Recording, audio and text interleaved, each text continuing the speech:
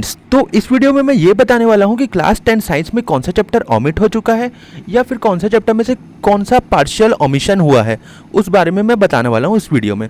तो पूरे वीडियो को ध्यान से जरूर देखें। जैसे कि आपको पता होगा कि हमारा एग्जाम 80 नंबर का होता है और साथ में इंटरनल असेसमेंट का है अपना 20 नंबर और टोटल मिला के 100 होता है। तो यहाँ पे बात करते हैं हमारा सबसे पहले केमिस्ट्री के बारे में। तो जो केमिस्ट्री में chapter number 1 chemical reaction and equation, वो पूरा चैप्टर फुल आ रहा है, ठीक है। और यहाँ पे साथ में उसके सेकंड चैप्टर है हमारा एसिड बेस एंड सॉल्ट, ये भी फुल आ रहा है, यानी इस चैप्टर में से कुछ भी डिलीट नहीं हुआ है। इस चैप्टर को हमको पूरा पढ़ना है। उसके बाद अपन थर्ड चैप्टर की बात करते हैं यहाँ केमिस्ट्री की। उसमें है जो चैप्टर नंबर 3 हमारा क्या, मेटल एंड नॉन मेटल। तो इस चैप्टर में हमको यहाँ तक पढ़ना है formation and properties of ionic compound.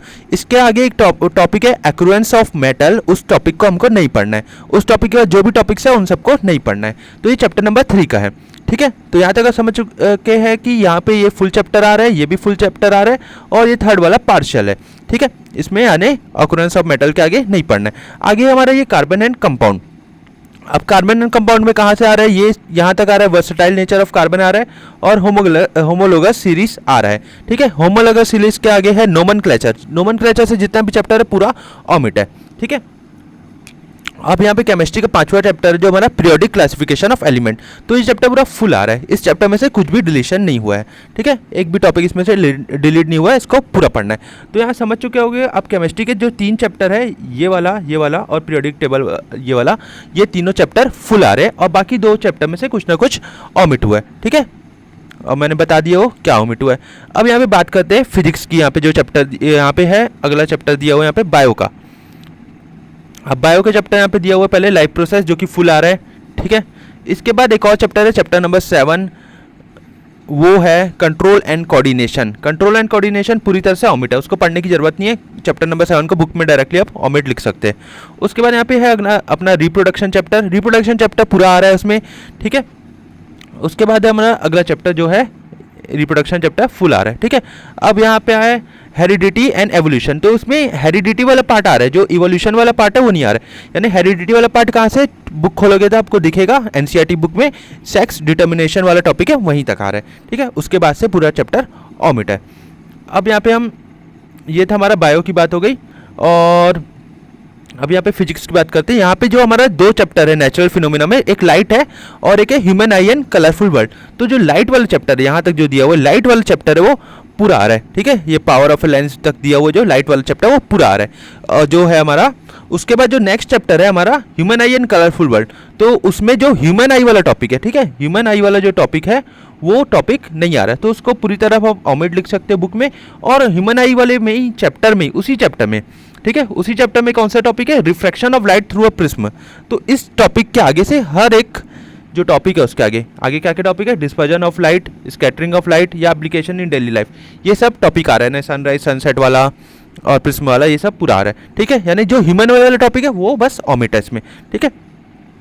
अब यहाँ पे बात करते हैं जो इलेक्ट्रिसिटी वाला है अपना इफेक्ट ऑफ करंट। तो जो इलेक्ट्रिसिटी वाला चैप्टर है वो फुल आ रहा है, ठीक है। इलेक्ट्रिसिटी वाला चैप्टर फुल आ रहा है, उसमें से कुछ भी डिलीट नहीं हुआ है, ठीक है। अब यहाँ पे एक और चैप्टर है यहाँ पे मैग्नेटिक इफेक्ट ऑफ करंट, जो इलेक्ट्रिसिटी से ही रिलेटेड है। उसमें कहाँ तक आ रहा है, Fleming right hand rule. Fleming right hand rule के आगे जनरेटर मोटर के बारे में दिया हुआ है। जनरेटर मोटर से जितने भी टॉपिक है, जनरेटर मोटर, उसके आगे जितने भी टॉपिक है सबके सब ओमिट है, ठीक है। यहाँ तक आपको समझ आ गया होगा। अब आखिरी बात करते हैं हम, जो बायो का ही मान लेते हैं इसको, जो अवर एनवायरनमेंट है, ये चैप्टर फुल आ रहा है, ठीक है। अवर एनवायरनमेंट फुल आ रहा है और ये 5 नंबर का वैसे। और साथ में एक चैप्टर है हमारा मैनेजमेंट ऑफ नेचुरल रिसोर्सेज, जिसमें से आपको सिर्फ प्रोजेक्ट बनाना है, ठीक है। इसमें से कोई भी बोर्ड एग्जाम में क्वेश्चन नहीं आने वाला। और इनके साथ एक सोर्स ऑफ एनर्जी करके एक चैप्टर है, सोर्स ऑफ एनर्जी, तो वो चैप्टर पूरी तरह से ओमिट है, ठीक है।